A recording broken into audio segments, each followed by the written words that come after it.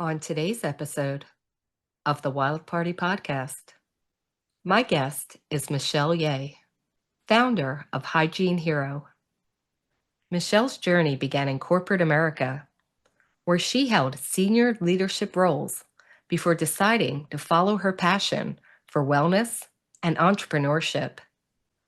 That decision took her to China, where she opened 14 organic beauty stores and later pivoted to e-commerce to remain true to her cruelty-free values. Now based in the US, Michelle has launched Hygiene Hero, a brand dedicated to supporting women's health with science-backed, eco-conscious products.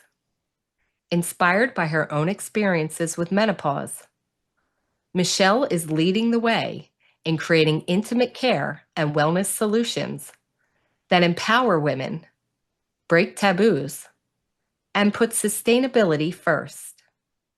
From revolutionary skincare to eco-friendly packaging, Michelle is rewriting the narrative around women's health and self-care. Let's get the party started. Welcome to the Wild Party Podcast, where we celebrate the visionaries behind vegan, ethical, and sustainable business. In each episode, we'll dive deep into their journeys, uncovering the why behind their mission-driven business. I'm your host, Stephanie Lahart. Tune in with me for passionate discussions about overcoming challenges, innovative marketing strategies, and the power of using business as a force for good. So whether you're an entrepreneur seeking guidance or a conscious consumer wanting to support impactful brands, join us as we explore the stories behind the businesses that are changing the world for the better. Let's get the party started. Today I'm joined by Michelle Ye, the founder of Hygiene Hero.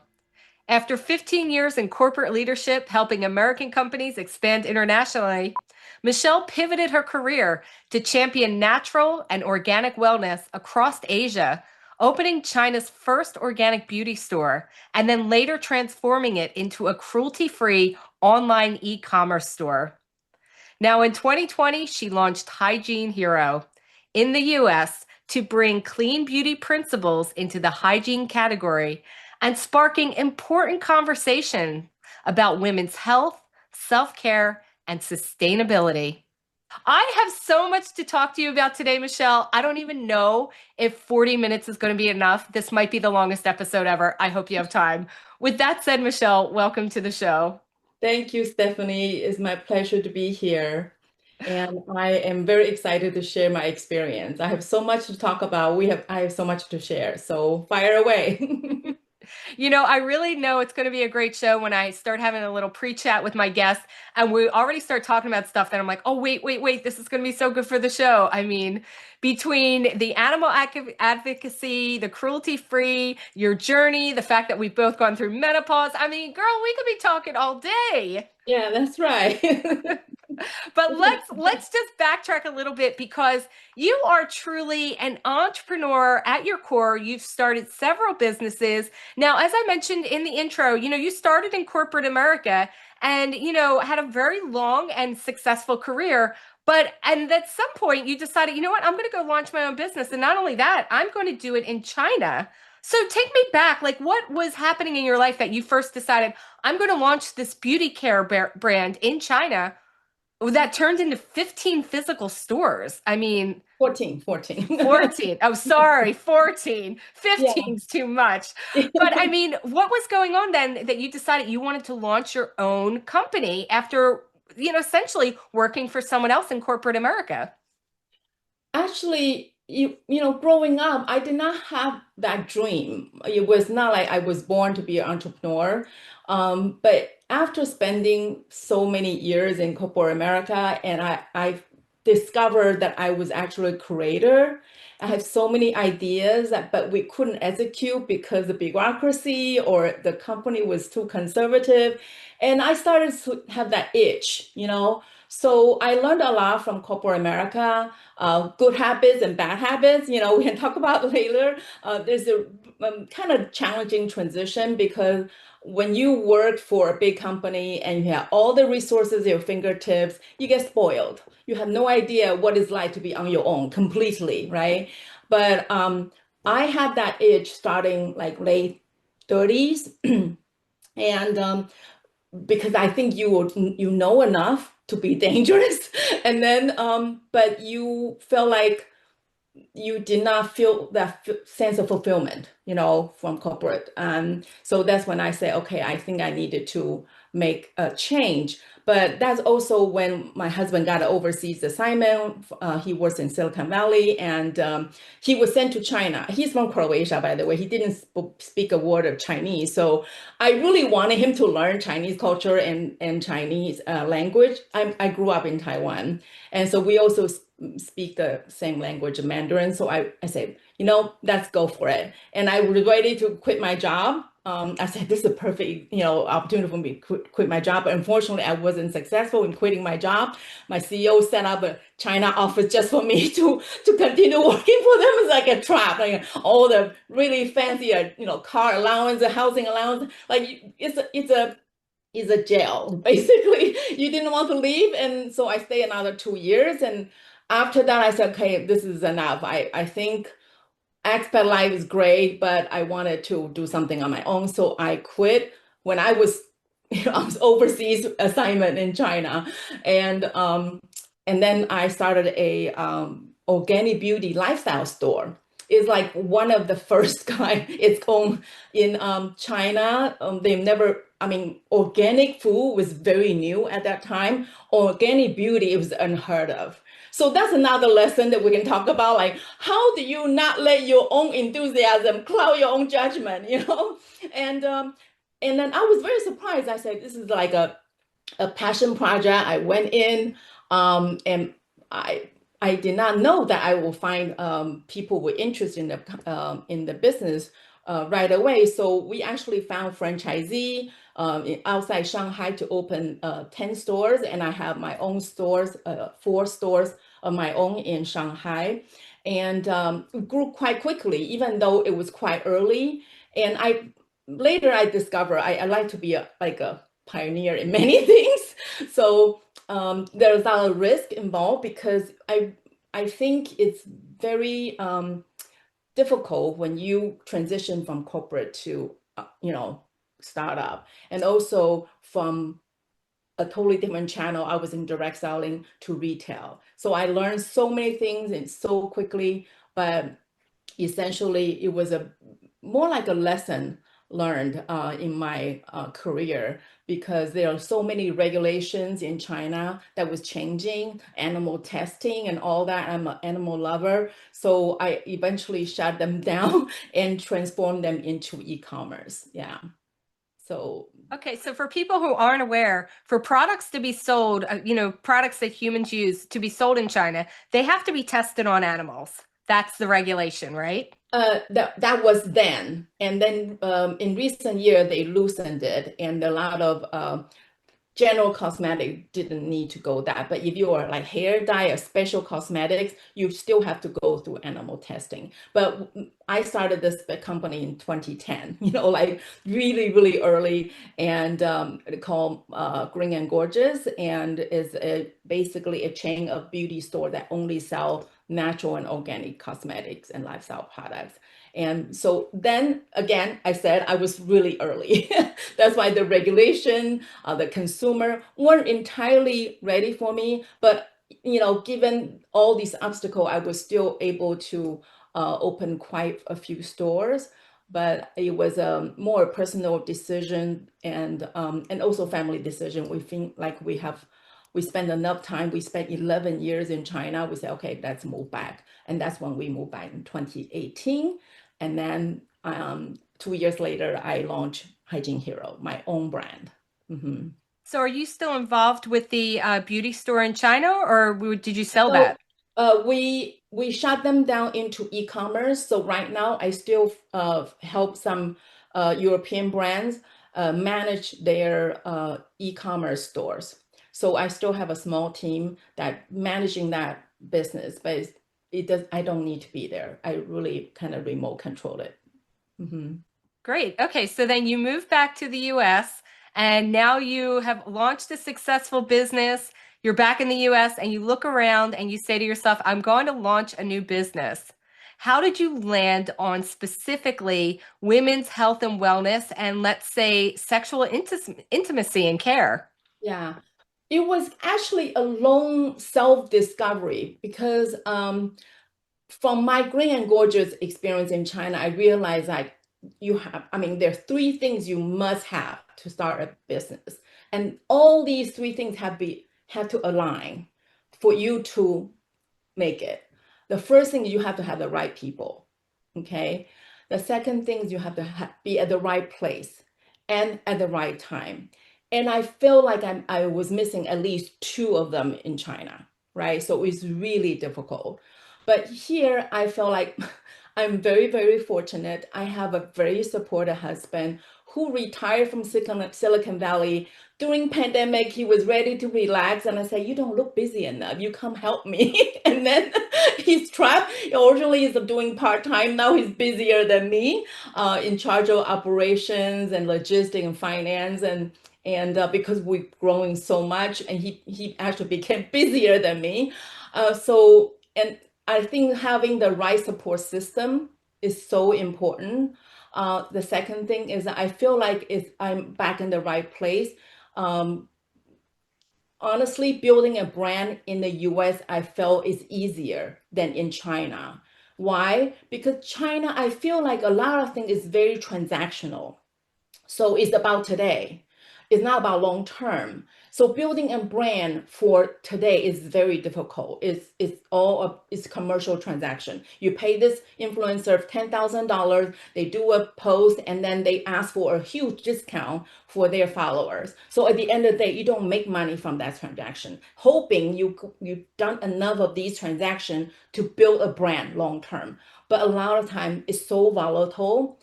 Chinese consumers are very like they're in it today and they forget about you tomorrow. So it's harder to build a brand actually for me, at least for the startup. If you don't have a deep pocket, I think it's very difficult. In the US, I think consumers, yes, Amazon own the market, but I still think that consumers are willing to support new brands and they're willing to support you outside of Amazon. So you can have a strong brand, your own D2C. We built our website on Shopify. So you can have a strong store outside Amazon, having the profit, having enough margin to grow your brand and build a brand. So I feel like this is the right place for me because I really want to build a long-term brand for, that can stay for years to come.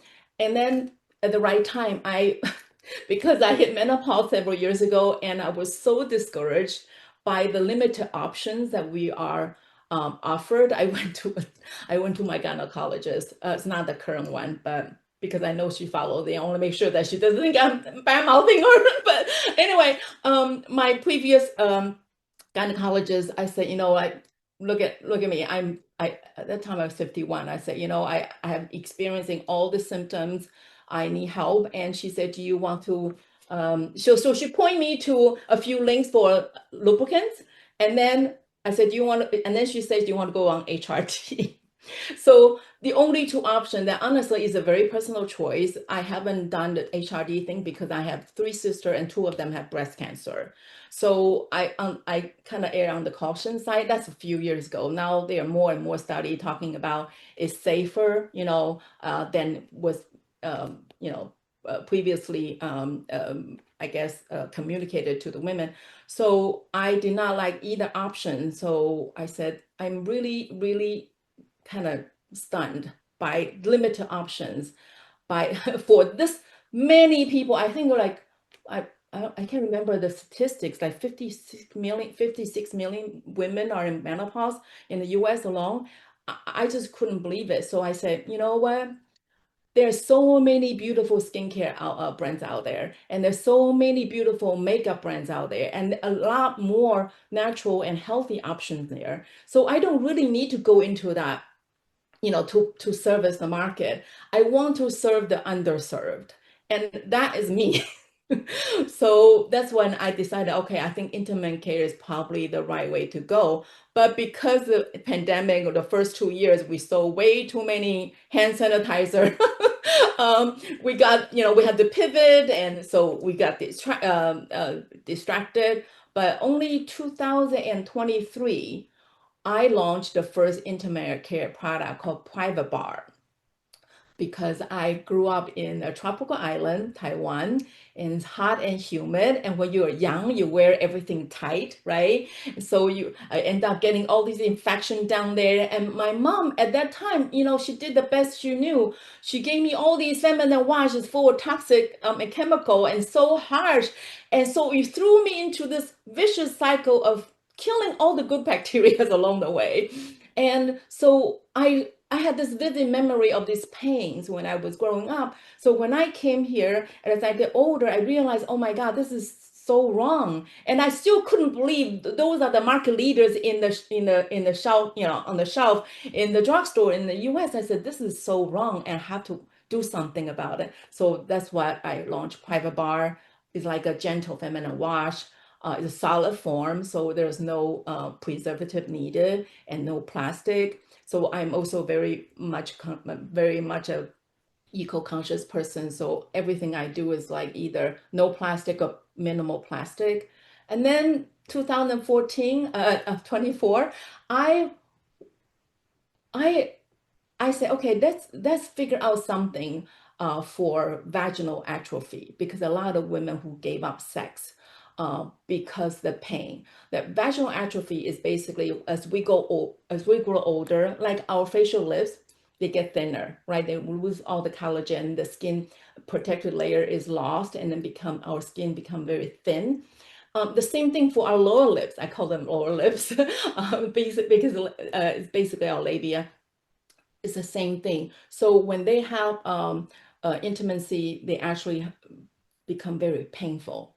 So I met so many women who have the similar situation. So I decided to develop a product focus on labia and clitoris. Labia is for the moisturization, the plumping, the lips. So, imagine if you had like little, like extra skin there, and you're dragging along during intimacy, it's very painful, right? So what you want, the plump lips, is really beyond aesthetics. So I'm sorry, I give you a long answer about this, but basically I developed a product called Vip Stick, and it really give you the instant hydration, plump up your lips, and then give you the warming sensation within 15 seconds, and then you're ready to go. And we got so many reviews and thank you notes, even from husbands, thanking us for reviving their sex life, saving their marriages. And so that's really the direction I decided to take. And when I first started, I had no idea the amount of impact I can make on so many women and couples. Um, so I think my most satisfying moments every morning, I wake up and read reviews, and I sometimes bring me to tears. Some cancer patients said that they have to give up everything because after radical hysterectomy, they basically went in menopause at age 40, 36 as a woman. She said for 14 years she was looking for something to make her feel like a woman again.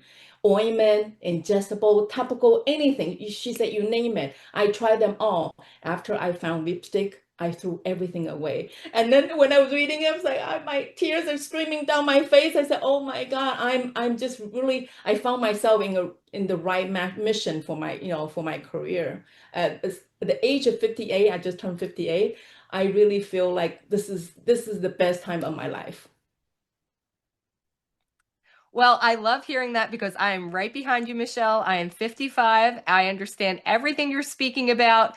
And it's a lot, and it's surprising still in 2025 how undereducated we are as women about our bodies. So you mentioned a little bit earlier about HRT, which is hormone replacement therapy. That's right. Still to this day, very little knowledge is shared with women until you start going through menopause, and then these words are thrown around, and we don't really understand what any of that means. Like, well, what are you talking about on replacing hormones? What does it mean? It sounds very scary. And like you said, back in the day, the first iterations of this were not a great experience for women. Gratefully for myself, I did not have to go that route, but I will let you know when I started going through menopause, it was funny because I just went through your Instagram, which was great. Because one woman was just talking about this. She was like, I hit 40 and I just became so like, hit my sexual prime, like Yeah, so into sex, right? that's And right. I was too. It wasn't until I was 40 where I was like, I really felt comfortable with my body. I really loved sex. It was great. And then I hit 50 and start going through menopause.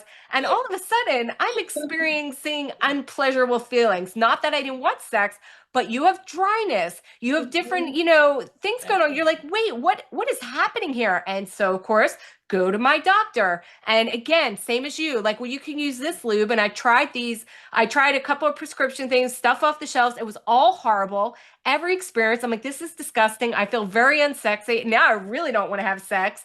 And then, like you said, I started feeling like I'm not a woman anymore. Now I felt old and dried up, right? And now I'm just like, well, I guess at the great old age of 50 years old, I am now in the geriatric ward, right? Like I really felt like I was like hanging up my bra at that point.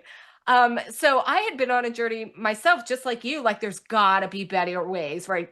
So it's been a lot. And again, we don't have this sexual education that we really should, that your body changes. And number one, it's totally normal. And number two, there are really healthy, safe products out there that can help you feel better and make it more pleasurable, whether you have a partner or not. Because I'll let you that's know, right. sometimes you just want to feel pretty for yourself, which I Yeah, fully you can use endorse. lipstick solo or with a partner, doesn't matter. But if you look at the industry as a whole, in the past, I would say 50 years, lubricant is the driving force, besides the sex toy, right? And if you think about the concept of lubricant, it's really designed for men, right?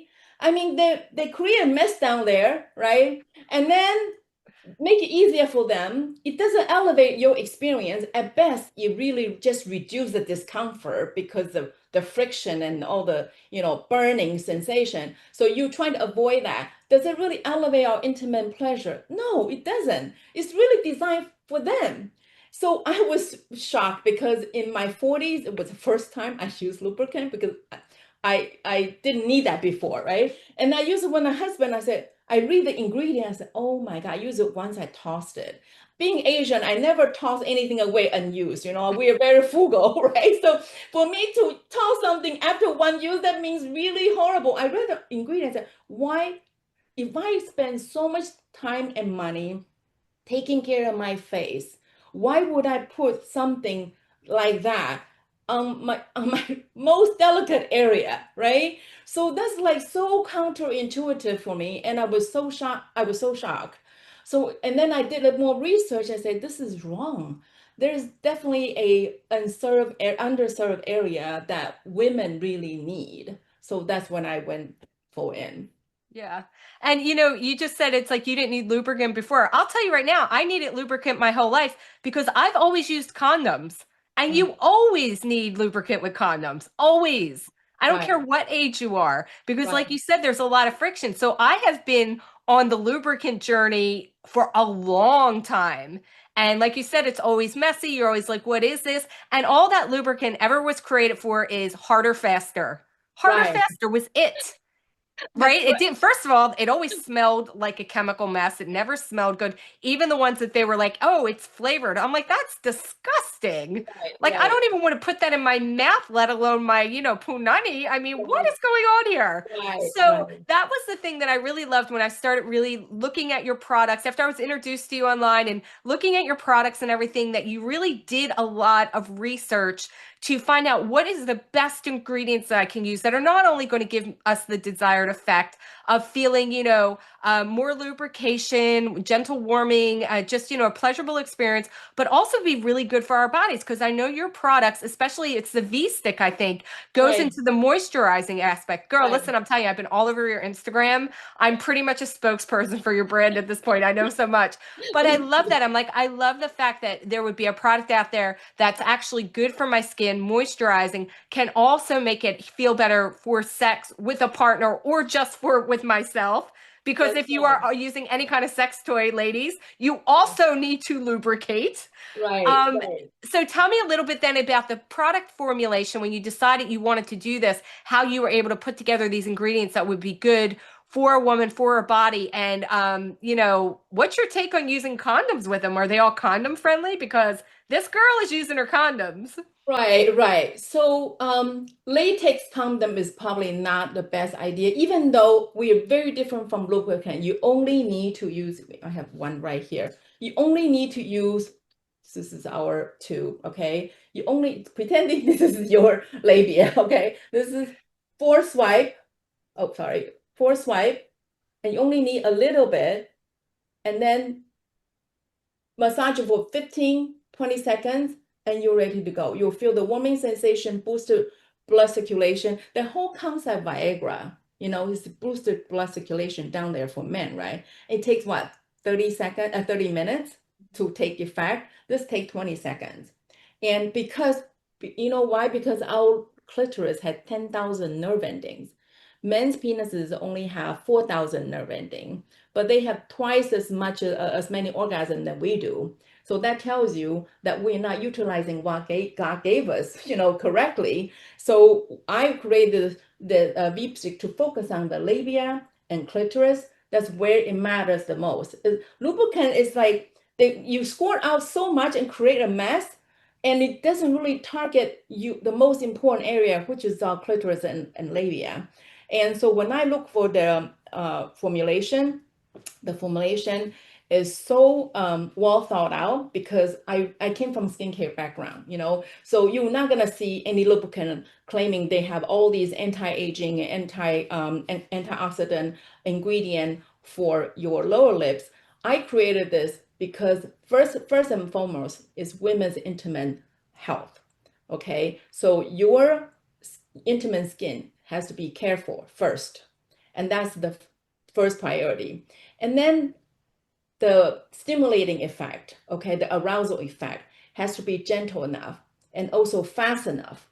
So that's why I created this formula with camu camu and wild mulberry for antioxidant, and turmeric for anti-inflammatory, and ashwagandha for stress relief. Um, so we have a lot of plant extract for it. And at the same time, we have peptides, clinical proven peptide that reduce wrinkle in 7 days and plump up you will see a plumper lips in 28 days. And then we have postbiotics. Okay, a lot of time people say, what is postbiotic? Because people know about probiotic, but probiotic is best consumed when it's in yogurt, right? In the food form. Um, when you put probiotic in skincare, it really doesn't work. They already died. Okay, those lactic bacteria cannot survive in those chemical form. So we prefer putting prebiotic, which is like a food to feed good bacteria, or postbiotic is another form of like nutrient to help promote the health of your good bacteria. So it's basically create a very healthy microbiome balance for your private area. So we call it 3XP complex. A biocomplex is got 3P in it. It's peptide, plant extract, and postbiotics. Yeah, and that's a very important point that when we're using any product, around our sensitive parts like that, that we don't want to throw the whole area off chemical balance. So, suddenly, like again, I grew up during the 80s and the big brands out there were all about deodorizing, right? Just covering, you got to get rid of the smell. Apparently, we were very smelly. I remember like learning that. I think I was in high school about this smell issue, and I'm thinking, at one point does the smell get so bad that you have to spray this stuff on you? I was a little girl. I was like really very confused about it. And I felt, like even now it's like there's a lot of products out there and messaging that's always about cover the smell, cover the smell. And the truth is, when your body's in balance, there isn't a smell issue. Like there's not, you don't have to currently be like spraying floral spray on you at all times. It's like Right. your body has certain natural odors that are good, right? Right. And actually, men are attracted to ladies. It's called pheromones. So That's right. don't That's be right. feeling like you have to spray everything so you smell like a rose garden. Right. So Because the we do men are have not going after roses. we do have the natural flavor version. So to add the extra fun and delight during intimacy, so we have juicy peach, pina colada, strawberry smoothie, but they're all natural flavor. It's edible, in trace amount. So you can add a little bit more variety. So, whatever you or your partner are in the mood, you can kind of switch between them. So we just kind of try to give that extra fun to make it, you know. Exactly. But again, it's not like, we have to cover something up. It's all enhancement, which I really love. And again, your products are vegan and cruelty free, which I know for you is also as important to me, considering your work with animal advocacy and everything. So, I know you learned so much when you were launching your beauty brand in China, but then coming over to America, were you able to reach out to the same manufacturing as suppliers, or did you have to start from ground one, one? Considering it was a whole new product and brand, how were you able to put all those pieces together to get your product created in the way that you want it, in the packaging that you want it, in the formulation you want it, to be able to deliver something that felt good to you to serve? So for product manufacturing, formulation, and packaging, it was more from my previous corporate life because I was in charge of product development, marketing for those companies. In my first startup, Green and Gorgeous, it was more of opening retail store to import many brands to retail them, promote them. So I was more like a distributor slash retailer. I didn't have to go through all these product sourcing. But coming back to US, when I tried to start my own brand, none of the resources that I had from my corporate experience are useful because they are so used to making millions and millions of units, and they're the minimum, we call it MOQ, is the minimum order quantity is huge, right? And for the startup, that's another lesson I would like to share with whoever wanted to start their own brand is to look for those companies really are interested in growing with you instead of say, okay, this is 20,000 MOQ for the first order, and you gotta be stuck. And because we offer so many flavors, right? For Vipstick, we have 8 flavors. Imagine we'd be stuck if it doesn't go well, we'd be stuck with so much inventory. And that is a killer for most startup. If you're stuck with too much inventory, you cannot move. So the key is to do your research and reach out to as many manufacturers as possible they are willing to invest in you. And I'm very lucky. I found a couple of them that really, really good. And that's and then they have grown with me as well. So that's really nice feeling. They became our exclusive manufacturer because we became so big. And so I think that is the homework you have to do is to find the right people, whether you go to trade show or do enough research, meet enough people to make your final selection. Yeah, that's exactly right. I mean, it's definitely a journey, and I'm glad that you brought all that up because someone could look at you with your previous background and say, well, she already had it all figured out. So now she can just plug and play to the next business, easy peasy. And each business launch comes with its own set of challenges and a learning curve, right? It's never just like, I did this one thing, I can now just roll out and do this other thing. So, No, I mean, you have to learn bookkeeping, you have to learn accounting. I mean, none of these I had to deal with before, right? I mean, you have your executive assistant, you have big offices, you have all these people you can tap into when you're working in corporate. When you're on your own, I remember the first year I was so lost. I said, oh my God, I have no idea what to do on the most basic things.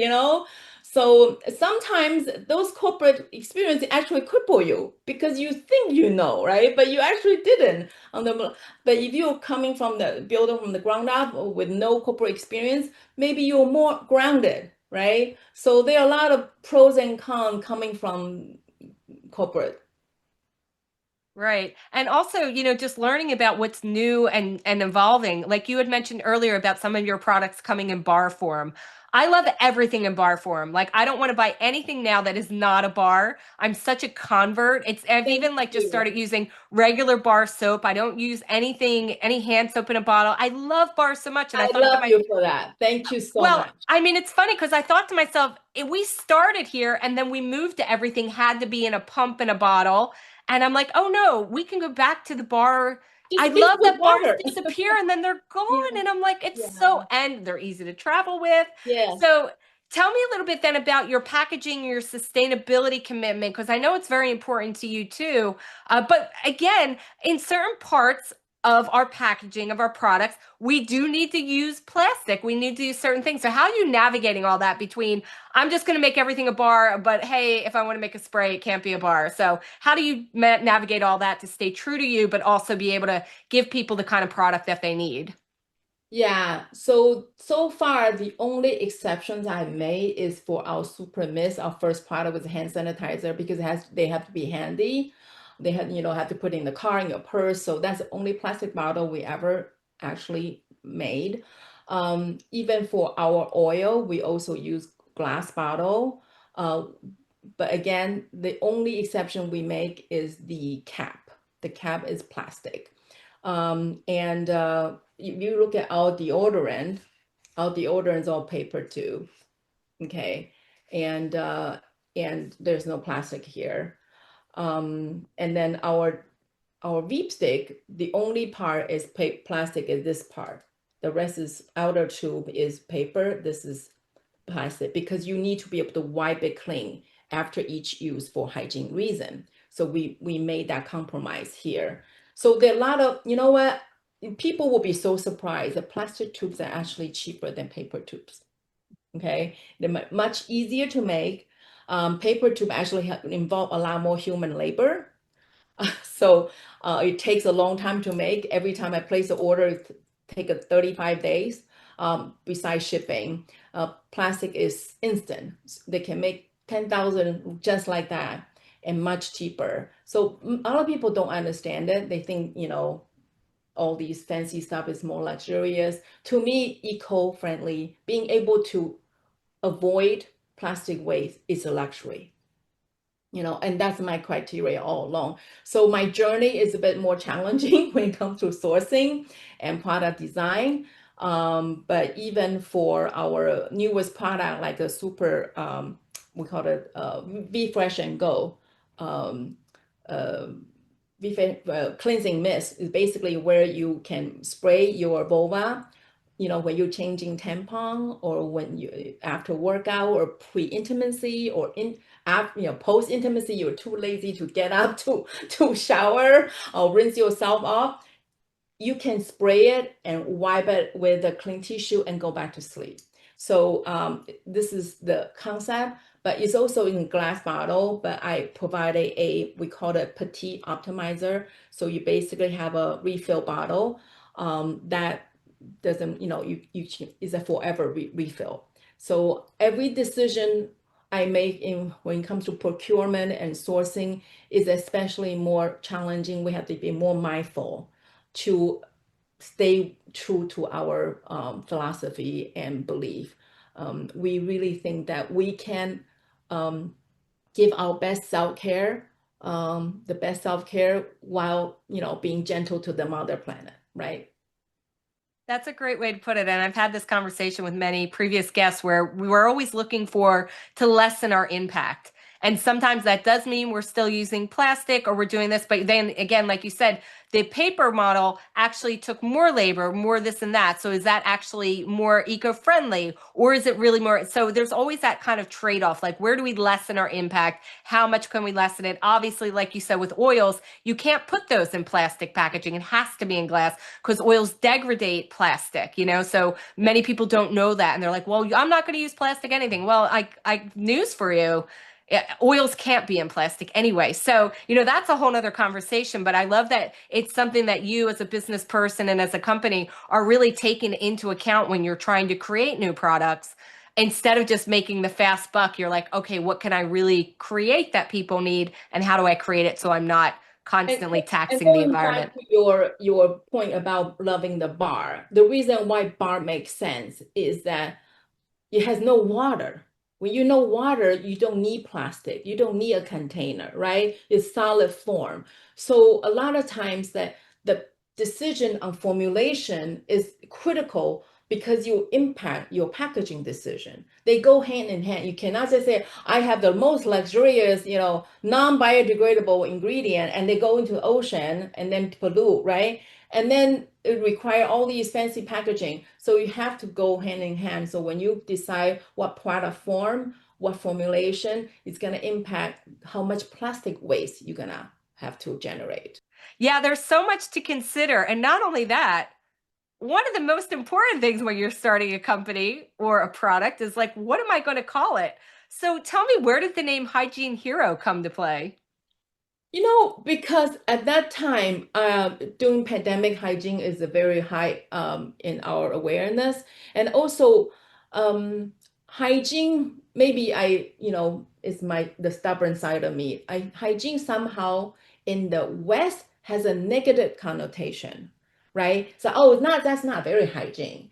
But actually, hygiene is a good thing, right? So I don't know why it's such a negative thing, but in Asia, hygiene is very positive. Everybody should be hygienic, should take care of their hygiene wellness. So that was more like the mindset of trying to change the mindset.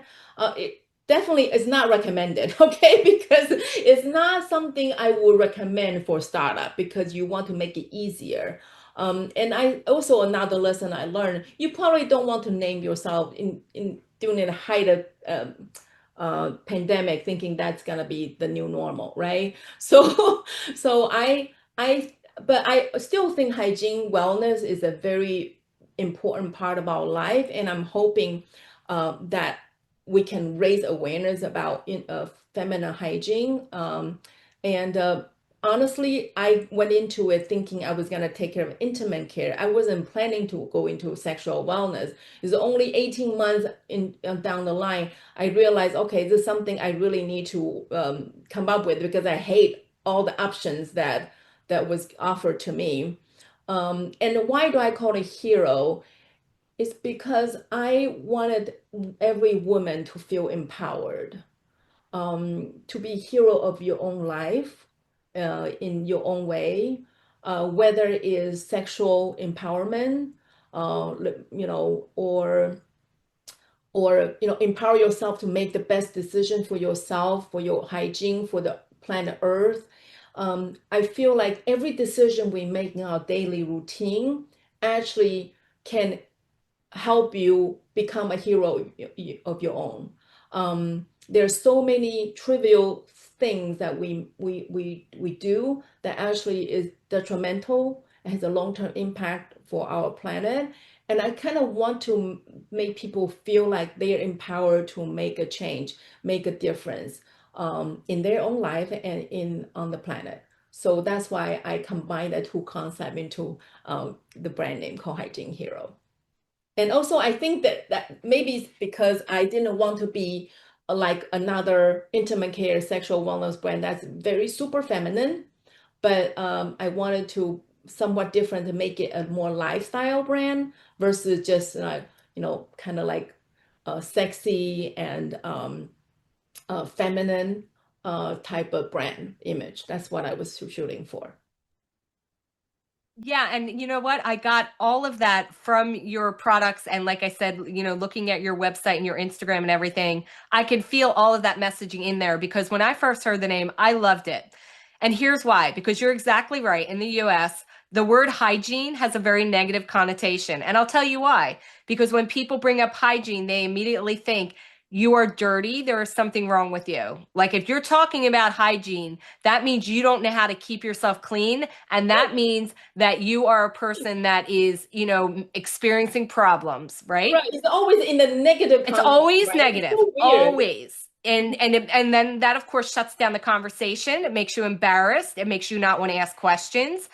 So even like being in school, it was like if they had a sex talk, it was hygiene something, and you're like, oh, this is the one I don't want to talk about. And then combining it with the word hero, like you said, is very empowering because again, it's like unless we have these conversations and women really start to understand their body, it just becomes again back of the store, lower shelf, grab something that so nobody can see it. And Oh my sneak God, out, God right? forbid you buy a feminine hygiene product Put and it in the anyone brown paper bag, sees, right? God forbid they know that women bleed or something. It's like, oh my God, how can we stop these conversations? So I was so excited when I saw the name Hygiene Hero. I'm like, hell yeah, girl. Like, let's put it out there because things don't always have to be just covered in something cutesy. Like you said, a cutesy feminine name that makes it so, like, wink, wink, because you can't say it's really about your vagina. Because Right. God forbid we say the word vagina, people might shrink and die. Yeah. So I'm all on board for it. I Thank would just you. call it Thank vagina you. health at this point because I'm so tired of women feeling like they have something to be embarrassed about. That's right. So, with that said, if people have not been watching the YouTube version of it, then you have not seen Michelle holding up all these gorgeous products and showing them off. So, with that said, you can jump over to her Instagram and her website to check them out. So, Michelle, please tell everybody listening where they can find you online because I know they're going to want to try your products as much as I do because I am taking back my Hygiene Hero Health right now. Thank you. Yeah, you can find our products at our website www.hygiene-hero.com, and our Instagram handle is the Hygiene Hero. Yeah, and like I said, I've loved your Instagram so much. Not only was it, fun, but super informative.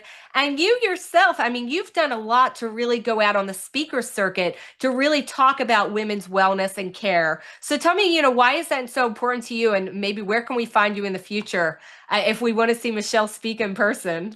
Yeah, so it's quite interesting. There's another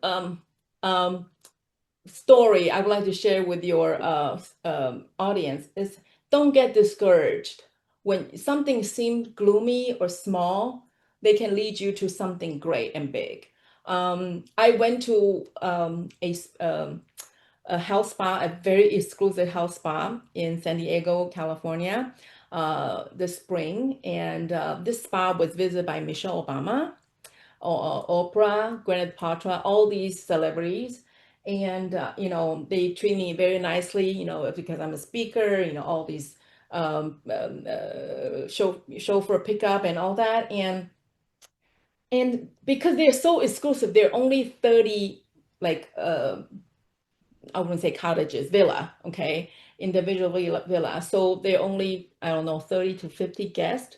When I went there, I had no idea how small this and exclusive this place was. I just thought, oh, they will give me a 4-day spa treatment, and I only need to talk for an hour. Sure, I will go. And they are, they're very nice people. So when I arrived and I saw how few people, and of course, they are all pretty much old money, like really rich people. So I talked to them, and some of them bought products, right? So I did not expect much. So I went home. My husband said, "How do you do?" I said, "Oh, not that many people. I sold a few lipsticks, and then guess what? I said, oh, I said, but I'm gonna edit the video because I tape myself, and then and put it on the website, on the social media, and that speech went viral and brought me $500,000 sales. So you just never know, like when you do something and in the middle of it, you could feel discouraged, you don't feel the impact, but a lot of time those little steps take you to something much, much bigger. And so if you have the tunnel vision and being very focused on what you're doing, and a lot of time you will get there. So every step counts, and that's the message. And the biggest learning I have from this year is that don't judge based on this moment. You know, look at where you're going, and every step helps you get there. And I think I was so surprised how viral that that post went, and brought us so many followers and sales. And so I think, whoever you're listening to your podcast, and if they're in your journey and you don't see the end, just know that every step counts. I love that. It was the marketing that you needed that you didn't know was even going to happen, because it was the fact was, and I did watch it online. I don't know exactly which clip you're talking about. The message was so powerful. And again, it's something that we as women need to hear. And actually, men listening to this too, you should know what is going on with women's bodies. So first of all, you can appreciate it, you can honor it, and you can give us a little damn space during the month sometimes. You know Right. what I'm talking about. Right. But Right. with that said, it has been a delight to talk to you, Michelle. Thank you so much for sharing your journey Thank you for the and creating this opportunity. amazing product. I know our listeners are going to really want to try it out. So thank you so much for being on the show. Thank you. Thank you, everyone. Thanks for listening to the Wild Party Podcast. If you're an entrepreneur or professional who would like to be on this podcast, please visit boomtownmarketing.com and click on podcast. We believe that every business has the potential to change the world for good, and we want to support our community to help make the world more ethical, compassionate, and sustainable for all future generations to come. And if you're looking to build your business, no matter what level you're at now, request your free marketing consultation at boomtownmarketing.com and click Get Started.